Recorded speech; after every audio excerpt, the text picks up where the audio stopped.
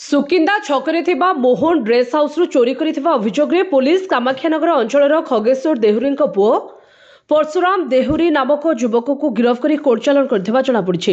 ତେବେ ଗତ ଗୁରୁବାର ବିଳମ୍ବିତ ରାତିରେ ଜଣେ ଯୁବକ ସୁକିନ୍ଦା ଛକରେ ଥିବା ମୋହନ ଡ୍ରେସ୍ ଦୋକାନରୁ ଚୋରି କରୁଥିବା ଖବର ପାଇ ଦୋକାନ ମାଲିକ ମନୋଜ ପାଣିଗ୍ରାହୀ ତୁରନ୍ତ ଦୋକାନରେ ପହଞ୍ଚିଥିଲେ।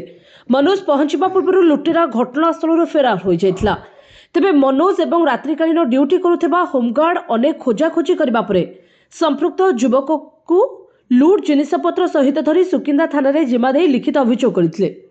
ଏ ସଂକ୍ରାନ୍ତରେ ପୁଲିସ୍ ଏକ ମାମଲା ରୁଜୁ କରି ଶନିବାର ଦିନ କୋର୍ଟ ଚାଲାଣ କରିଥିବା ଜଣାପଡ଼ିଛି। ବ୍ୟୁରୋ ରିପୋର୍ଟ, ଜେ ନ୍ୟୁଜ୍।